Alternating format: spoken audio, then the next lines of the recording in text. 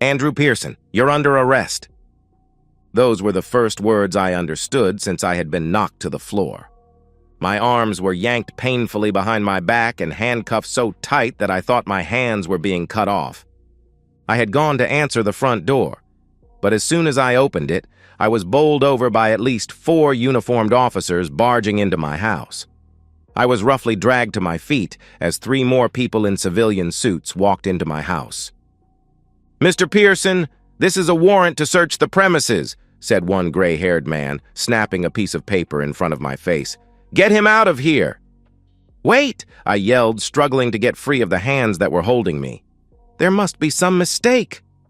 I didn't get to say anything more as I was spun around to smash into the front door jamb. My glasses went flying. "That's resisting arrest, pervert!" hissed the officer who had slammed me into the jam. "Hey!" admonished the first man. "Just get him down to booking to be processed."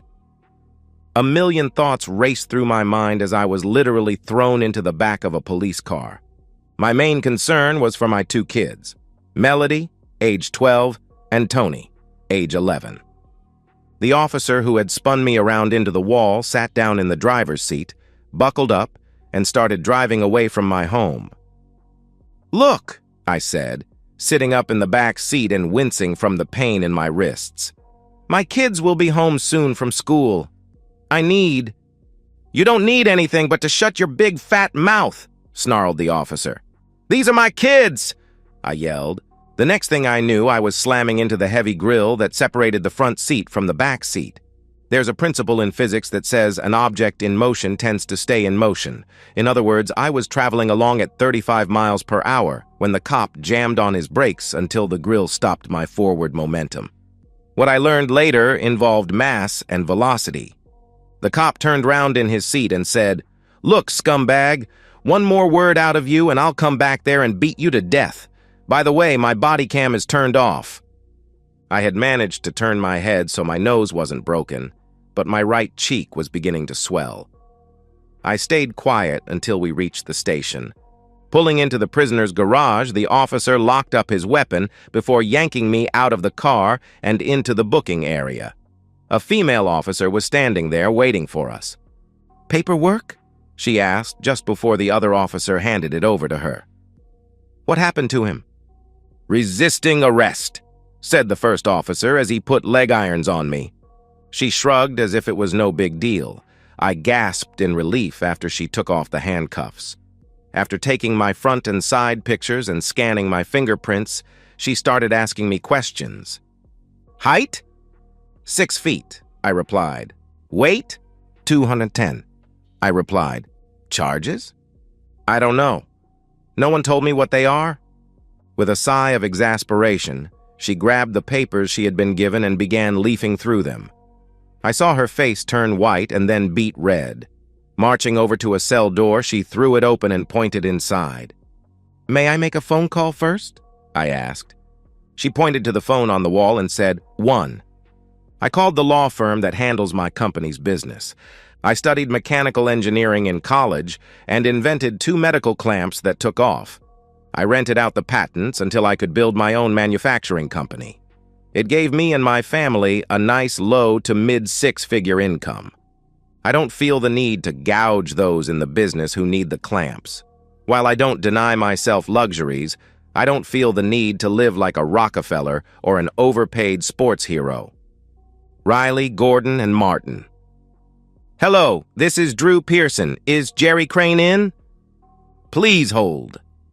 I listened to elevator music for about 30 seconds before the line was picked up. "Mr. Pearson? Jonathan Riley here." "Oh, I was expecting Jerry, Mr. Riley. I've been arrested and need help." "Mr. Pearson, I regret to inform you that our firm cannot represent you. It is a conflict of interest." "Conflict of interest?" I lost it. "You're my goddamn firm." "I'm afraid not, Mr. Pearson." And the phone went dead. I turned to see the female officer standing beside the cell room door. "Get in," she ordered. Confused but unwilling to confront her, I shuffled in my leg cuffs into the room. She slammed the door behind me. I watched as she headed back to her workstation, taking in deep breaths to calm herself down.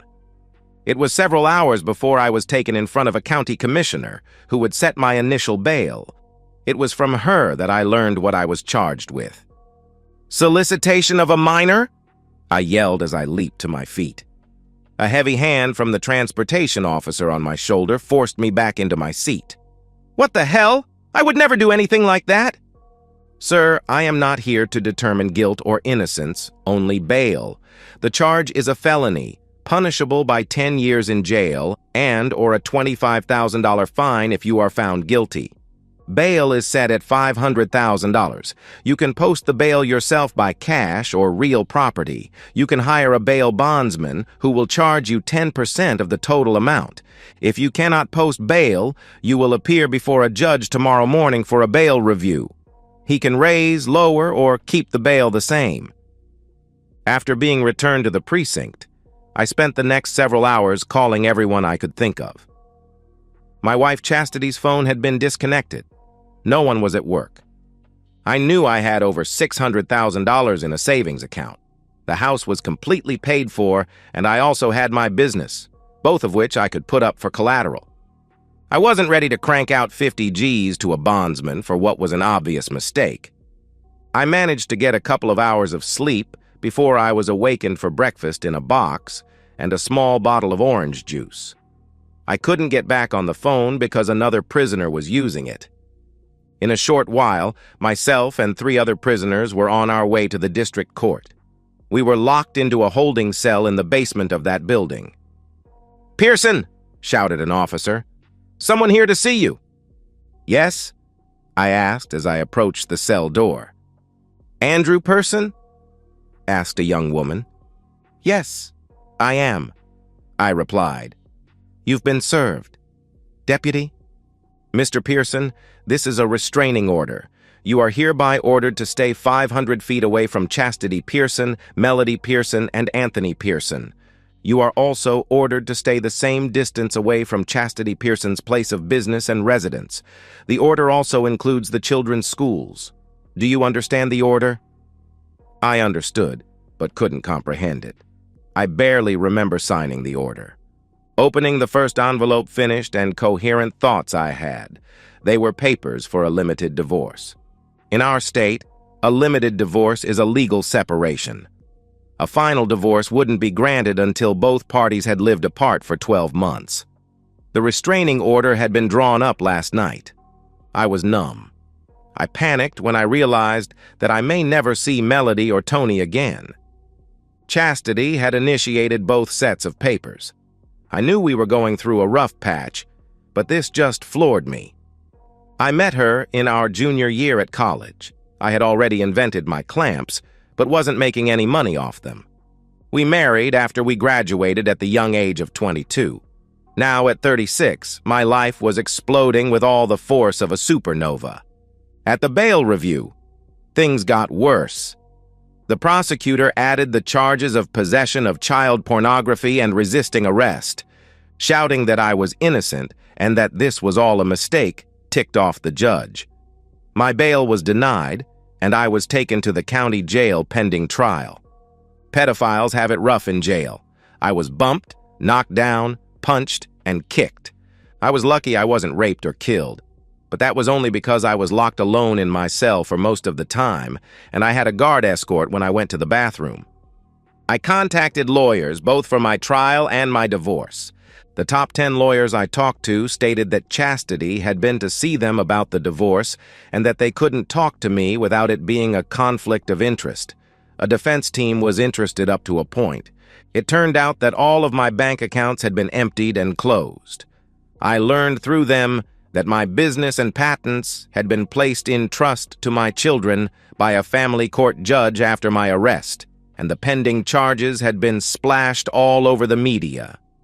Chastity had used an old, but still valid, power of attorney to remove my name from the deed to our house.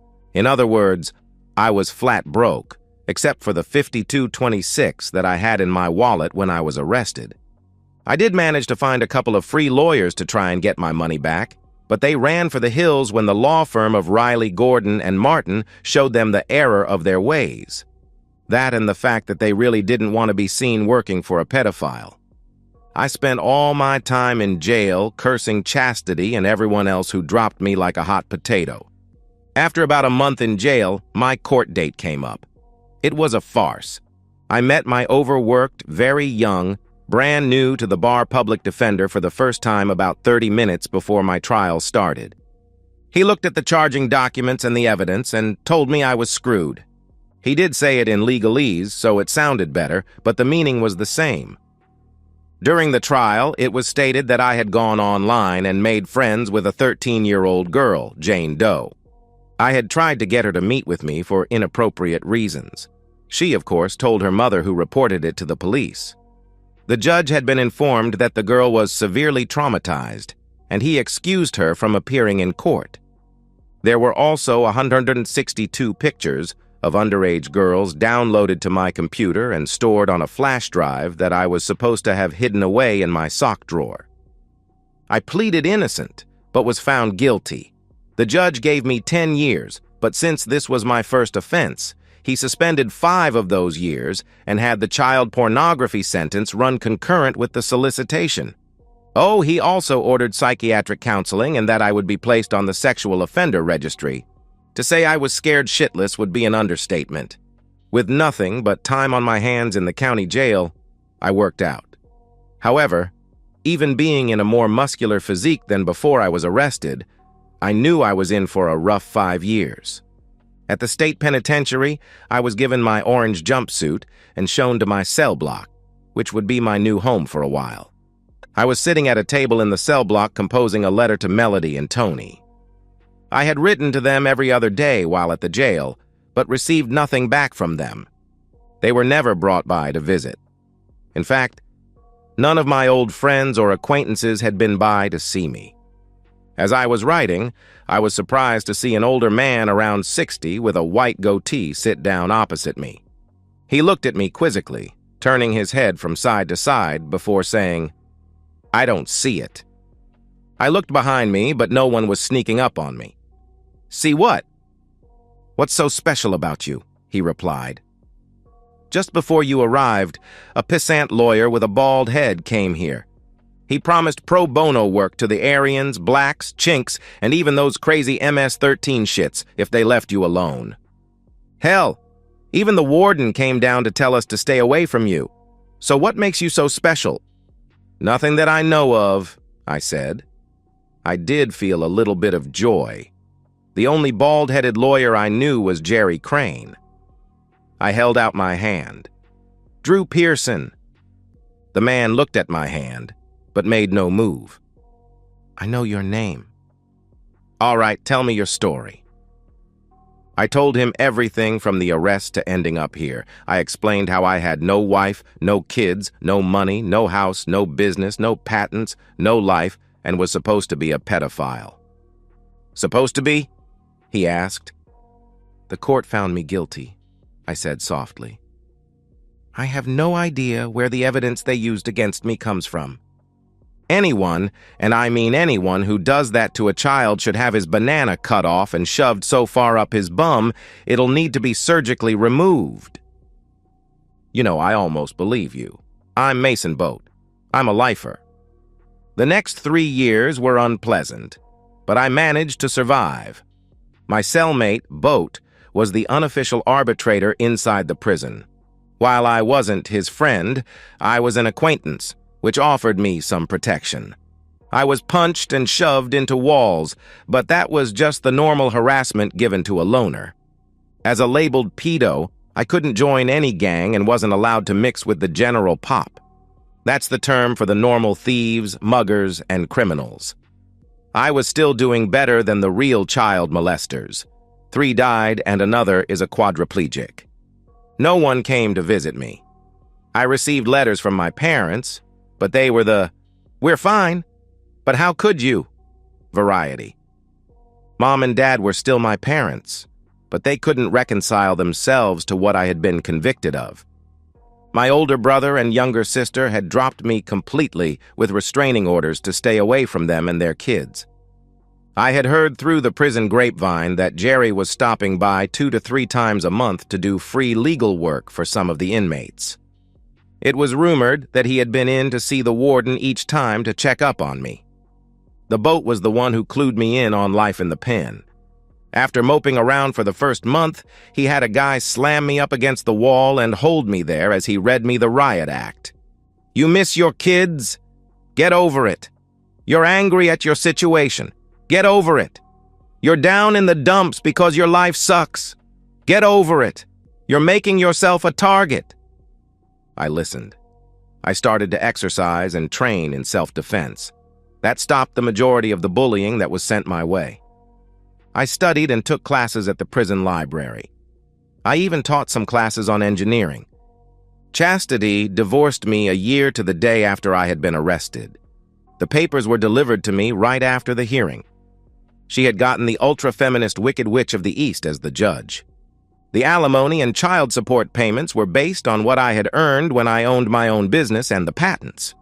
Since I was a felon in prison, the judge felt that I didn't need any money, and all my assets were forfeited. What really killed me was the order that since I was a registered sex offender, there was to be no contact or visitation in regard to my children. She also threw in that if I was ever released, any and all wages were to be garnished. 2 days after the divorce hearing, I was slammed up against the wall by 2 huge prisoners while Boat looked on. "Now that I have your attention," said Boat, "lose the attitude. You got screwed, fucked, and humiliated by the divorce judge. I've never seen anyone get it so bad. However, all that anger is leaking out and it's starting to piss people off. You can't afford to piss people off. What did I tell you when you first got here?" "I need to survive," I replied. "Very good. That advice goes for outside of here as well as inside. I'll let you in on a little something I've heard. This prison is overcrowded. To relieve the crunch, a number of non-violent prisoners are being granted early parole. You're scheduled for next year if you survive." I survived. Barely. I was knifed by a new inmate who had been abused as a small child. I was then paroled. I know most of you out there think that now that I was paroled, this was the time to get my revenge. Try it when you are a registered sex offender assigned to a halfway house run by a sadistic counselor, and the only job you can get is a nighttime janitor in a large office building. An MBA and master's in engineering doesn't mean shit when you are labeled as a pedo. Boat came through for me just before I was released. He told me that Chastity had married Stephen Huntington, who was going to be made a partner at the law firm of Riley, Gordon, and Martin. It cost me a carton of cigarettes to get their new home address. The second day after I was released, I was in the park across from their condo building after I had gotten off of work. I barely recognized him when my son, Tony, now 13, came out of the building. He had shot up at least 8 inches and had lost all of his baby fat. To me, he looked positively skinny. There was no mistaking Melody. At 15, with her long brunette hair down to her waist, she was the spitting image of her mother. The two of them hopped into a small white bus and were gone as I wiped the tears from my eyes. It became a ritual for me to be there every morning to see them get on the buses that took them to their private school. 4 months after I had checked into the halfway house, 2 parolees sought to give me a pounding for being a pervert. I put them both into the hospital and got kicked out. Luckily, I had done a favor for another guy there, and he spoke up to my parole officer when he came by to investigate. I managed to hold on to my job, but had to live on the streets or in shelters, subsidizing my meals with food stamps and at soup kitchens. It's a wonder I just didn't kill myself. Well, even the cheapest gun was well beyond my means, with most of my pay being sent to my ex-wife. Alcohol, drugs, slashing my wrists, all were viable options, but I remembered that I needed to survive. The one thing that gave me the strength to do so was that 10 to 15 second window of time when I could see my children. For them, I could endure. Too many other people wanted to send me back to the pen. Days became weeks, weeks became years. I tried on time early on to get the divorce decree changed using a pro bono lawyer. Jonathan Riley ruined him so badly that he is to leave the state. No one would touch my appeal on my conviction. During one of my required visits, my parole officer warned me that there was a private investigator asking around about me. I was suddenly glad that I was homeless. Patterns changed in my kids' lives, and I found new places to watch them during the day. Sometimes it was just a glimpse of them in a car being driven somewhere. A lot of times they played in the park with their friends. I was always careful not to get too close and violate some distance rule that would land me back in the pen. One fall day, when Tony was a high school senior and Melody had just left home for her first year at Harvard, I was sitting in the park watching Tony walk over to his school bus. He looked over at the park and slowed to a stop. He stared at me for half a second and gave me a tentative wave before stepping onto the bus. I was shocked. There was no way he could have recognized me. I still worked out and had lost at least 40 pounds since my arrest. I had a full beard and cut my own hair with electric clippers that I charged up at work. I was scruffy looking, but it saved me money that I could afford to spend on haircuts and shaves. I had an agreement with the manager of the office building to use their restrooms to get cleaned up. I didn't need complaints about my appearance or personal hygiene. For the rest of the school year, Tony would give me a wave every now and then. I realized he did not recognize me as his father, but as only a familiar guy who sat alone in the park each morning. Then came an incident that scared me half to death. "Hey, mister, mind if I join you?" Tony was standing by my bench, and I hadn't even seen him approach. I looked around quickly for Chastity and the cops, but no one was nearby. Tony's expression was sour, so I indicated that he could sit down. "You seem down in the mouth? Girl problems?" I asked in a gravelly voice to try to disguise it. "How did you know?" Tony asked in astonishment. I chuckled. "No disrespect, but at your age that is what it is 90% of the time. My girl and I just broke up. She doesn't like that I've been dating other girls on the side. My dad said not to worry about it. There are other fish in the sea, but I cared about her." "Do you want my opinion even if you won't like it?" I asked. "Why should I want your opinion?" asked Tony defensively. "Because you're out here talking to me about it instead of your mother or father." Tony seemed to collapse in on himself. "Dad keeps telling me that a man doesn't need to listen to his women. They're only good for one thing. A man needs to be a man. Mom rarely talks to me." "A man does have to be a man, but he is judged by what he says and does. Were you and that girl exclusive?" I asked.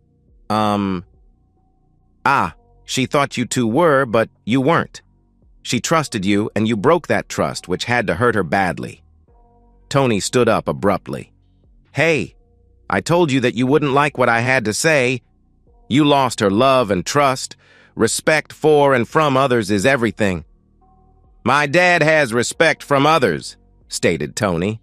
"Examine the statement you just made. Try reading a couple of Louis L'Amour books. Concentrate on how the main characters act. You can't go wrong by trying to follow a good example." "What about my girl?" he asked. "Did you treat her right?" Tony hung his head down and shook it from side to side. "Read a couple of those books, and I'm sure you'll figure it out." It was a week later when I found a book, The Rider of Lost Creek, on my bench.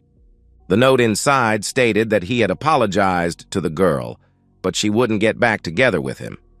He went on to say he now knew it was all his fault, and he was working to better himself.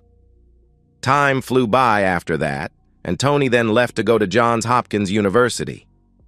Years went by, and my sightings of my children became less frequent. I still sat in the park each morning. It had become too much of a ritual to stop. Dating was out of the question with my being on the sex offenders register. Money was still being withheld from my pay, and I knew it was worthless to try to fight. I never saw Chastity or her husband, Stephen. Every once in a while, I would get to see Melody or Tony for a few seconds when they came by the condo to visit. The year I turned 50 was when a freezing rain had caught me outside and unprotected. As I left work, sweating, freezing, hot, and chilled all over, the weather had turned from sleet to snow. A wet, hacking cough racked my body and I could barely breathe.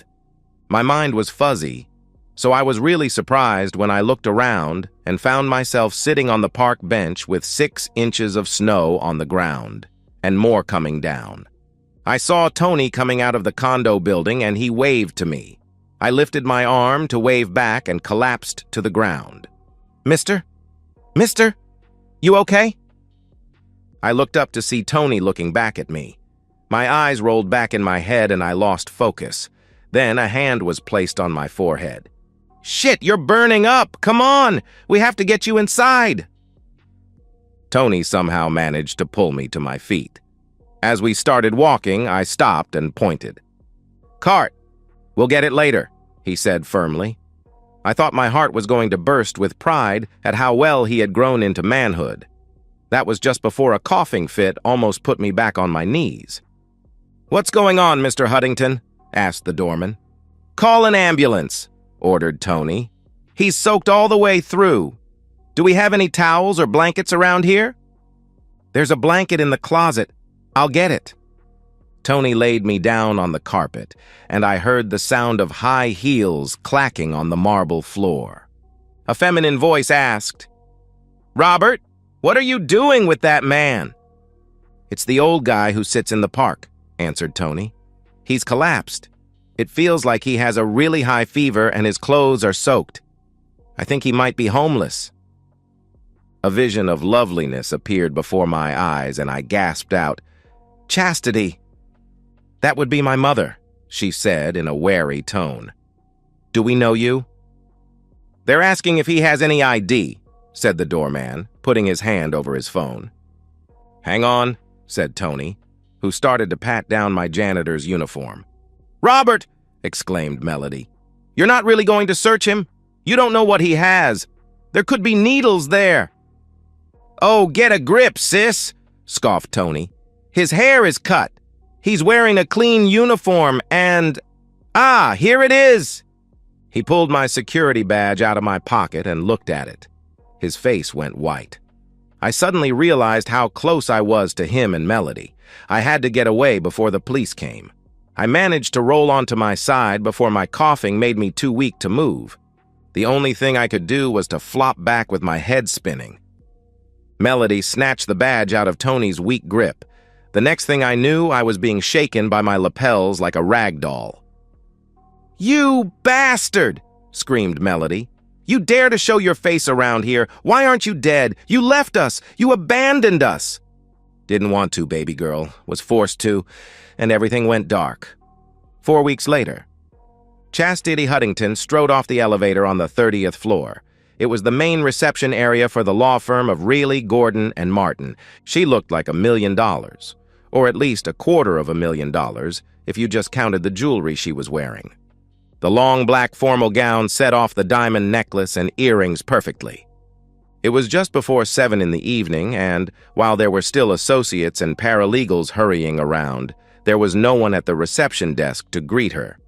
Huffing in exasperation and adjusting the wrap draped over her arms, she turned and signaled for her bodyguard to remain where he was.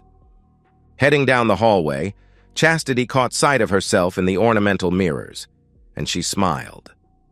Her figure was very nearly what it was when she was in college. The only thing that had changed was that her cup size went from a B to a C from having 2 children. Walking past several offices that belonged to partners, she turned and walked into the common area where the associate cubicles were located.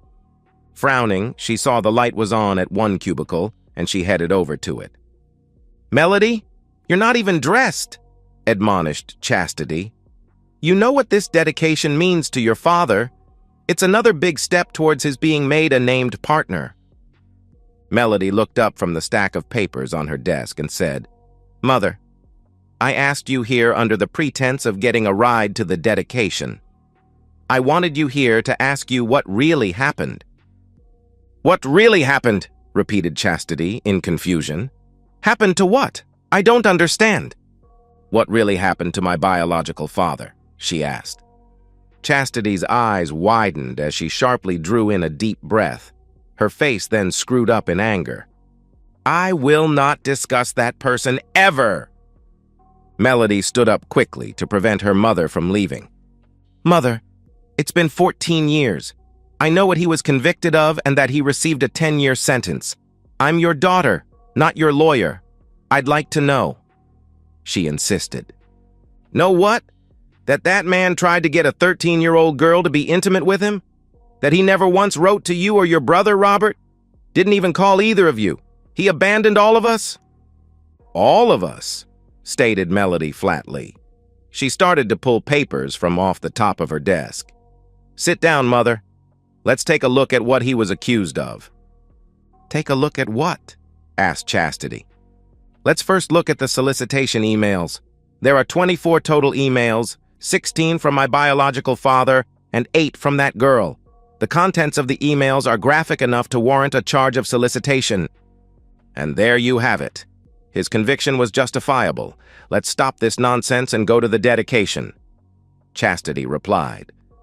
"The problem I ran into was when I checked on the dates of those emails," continued Melody, as if she had not heard her mother. 8 of the 16 emails sent to the girl were sent when my biological father was in Houston doing a presentation at a medical conference. I checked. He was there the entire time. He couldn't have sent them. "He could have sent them from his laptop or cell phone," pointed out Chastity. "We don't need to dredge all of this unpleasantness back up."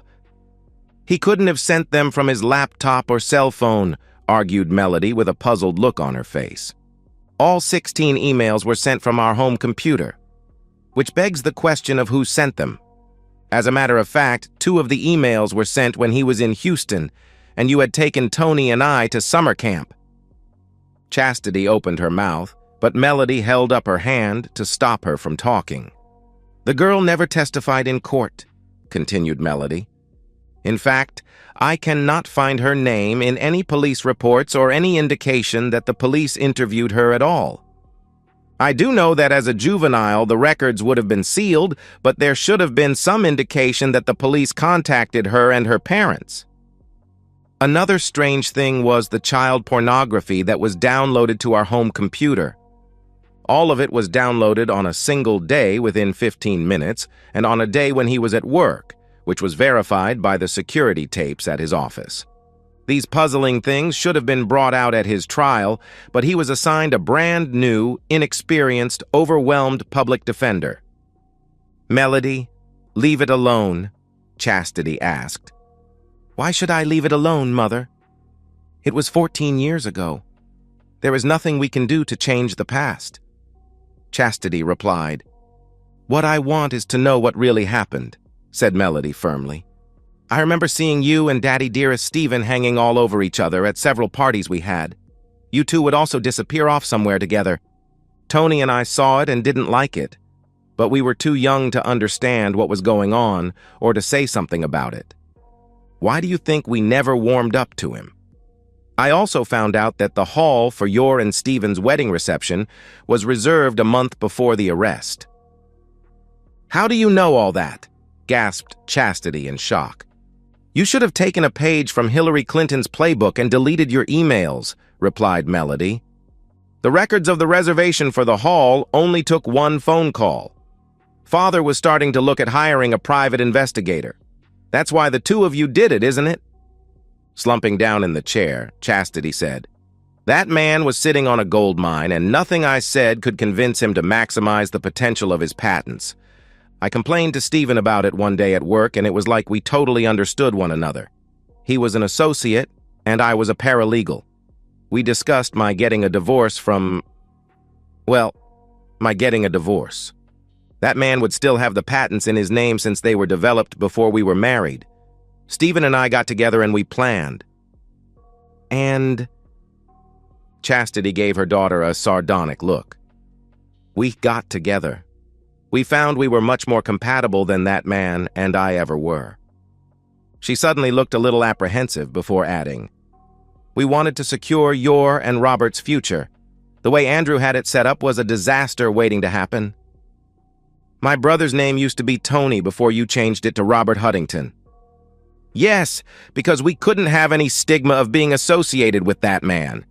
As it was, it took a couple of years before friends and family finally believed we had nothing to do with his activities. We did everything for the two of you. Stephen adopted both of you, and we sent you to the finest schools. Moodai's snort of derision cut her mother off. I believe Daddy Dearest adopted you because the patents and business were put in an unbreakable trust for Tony and I. Father did that just weeks before he was arrested. Neither Tony nor myself were encouraged to take any interest in the business. I was pushed towards the law and Tony towards medicine. It was the interest in those fields that you displayed in school that made us encourage you towards those fields, explained Chastity. Ah, school. I remember when right after Father's arrest, we moved from the old house to Stephen's condo. Tony and I were taking the school bus to the nearest public school for 2 months after that. One day, when we were doing our homework at the kitchen table, you and Mrs. Gordon returned from shopping. Mrs. Gordon asked how we liked our new school. I told her how overcrowded and run down it was. I remember her telling you that as the wife of a new partner, you should be more aware of how the school that her children attend reflects upon Stephen's standing in the firm and your own. I hated that snobby bitch, but she did get you to enroll us into Brightwood Academy the next day. That must have cost a pretty penny. It takes time for the enrollment process to occur to get you into one of those schools, stated Chastity. Yes, and that was also the year that you and Daddy Dearest Stephen went jet-setting around the world, leaving Tony and I here alone with a part-time housekeeper. She, at least, kept food in the condo. Those trips were necessary to build up Stephen's client base. I am sorry if you feel that you were neglected as a child. I was going to be tainted by that man's crimes and needed to get away from that. You were children, so it wouldn't have touched you, Chastity stated. It would have, if Daddy Dearest Stephen hadn't very quickly adopted us and changed our names, replied Melody. There were a ton of questions asked, and rumors were rampant at Brightwood about our name change. That year of being on our own for the most part made us self-reliant and leery of attachments. That is probably why neither of us have ever had a serious relationship. I got into Harvard and Harvard Law on my own merits, and with scholarships I earned. Tony followed my suit at Hopkins. You know, Tony and I may have never found out about the trust if it hadn't been for a chance circumstance. What do you mean? Asked Chastity nervously. We met someone. After that, we went digging and found the divorce decree along with the restraining order. Those documents really made Tony and I wonder about the business, so we started to really investigate everything. Did you know that the district attorney personally assigned that public defender who had to defend my father's case?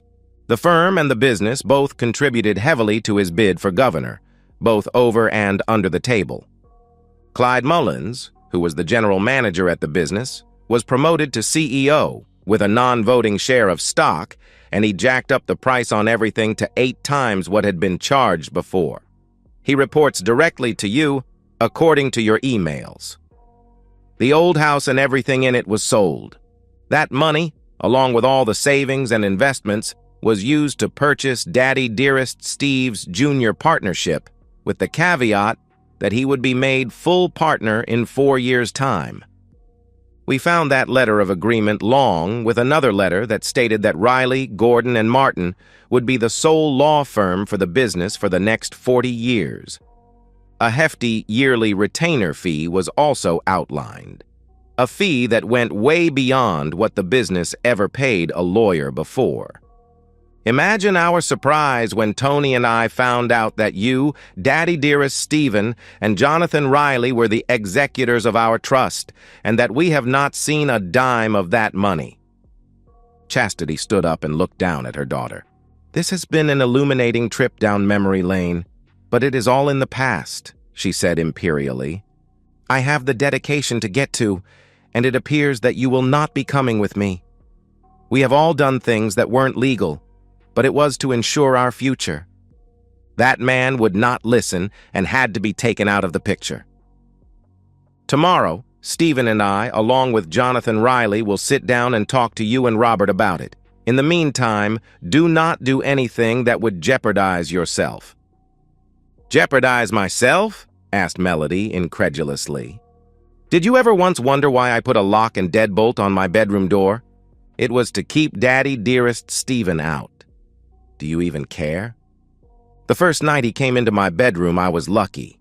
He was naked and getting up on the bed when Tony followed him in and hit him between the legs with his lightsaber. It's a shame that it wasn't a real lightsaber." "I'm sure it was a bad dream you had," replied Chastity. "Don't do anything you will regret." "My only regret is that I didn't do this sooner, hopscotch," replied Melody. At that word, 2 men and a woman came out of an office. "Mommy Dearest, these are agents of the FBI. Since the governor will be implicated in this, we could not trust any state agency. You have confessed to a crime of evidence fabrication, and it has been recorded. There are signs all over this office about electronic recording. By now, Daddy Dearest Stephen, Jonathan Riley, and Clyde Mullins have been arrested. Also, the husband and wife of the 13-year-old who you paid $75,000 to make up those emails. You remember Muriel, my father's nice personal assistant who you had fired. She never trusts Clyde and tried her best to keep track of things in the company, even though she was not here. You wouldn't believe the stuff she uncovered. She, Tony, and our new CEO have spent the last 2 weeks going over the books.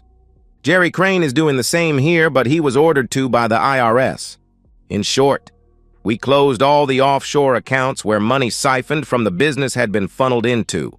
All the business and trust accounts have been changed, and access has been severely restricted. Tony and I have closed all of our personal accounts and opened new ones. All the safety deposit boxes that had been set up in our names were emptied, and the contents moved under the scrutiny of the FBI. We have not touched Daddy Dearest Stephen or your accounts because we have no authority to do so, but I must tell you that the IRS has frozen all the personal accounts. The IRS is leaving the business accounts alone for 30 days pending an external audit. Melody fished a piece of paper off her desk and handed it to her mother. This is a court order stating that I have to return any and all of your property to the condo to be inventoried. I will need your necklace, earrings, and purse. Chastity didn't move until she was nudged by the female agent. She removed her jewelry and gave it to Melody, who placed it in the purse. You sent a good man to prison and labeled him a monster just to get rich, snarled Melody. You deprived me of my father for 14 years. According to a convict named Mason Boat, my father wrote to Tony and me every day. We never received a single one. I wonder what happened to the letters I sent him. No matter now. Father has been appointed as the new CEO, and, thanks to you, he has had time to develop quite a few new items that we are getting patents for. His appointment and all the arrests have been released to all the media. I've got congressmen and senators petitioning the president to give him a presidential pardon. Jerry Crane is already hard at work overturning his conviction and getting him off the sex offender registry. Melody picked up an envelope and handed it to her stunned mother. Congratulations! You are about to become the most hated woman in the world. I decided to be magnanimous. In the envelope is my own money that I am giving to you. It contains $52.26. The exact amount of money my father had when he went into prison. Spend it wisely. It is the only thing you will ever receive from me or Tony. And that's the end of today's story. If you enjoyed it, please give this video a thumbs up and drop a comment below. Your support helps the algorithm push my content further. If you're new to the channel, don't forget to hit that subscribe button. It really helps me keep creating more stories for you. Thanks for watching, and I'll see you in the next one.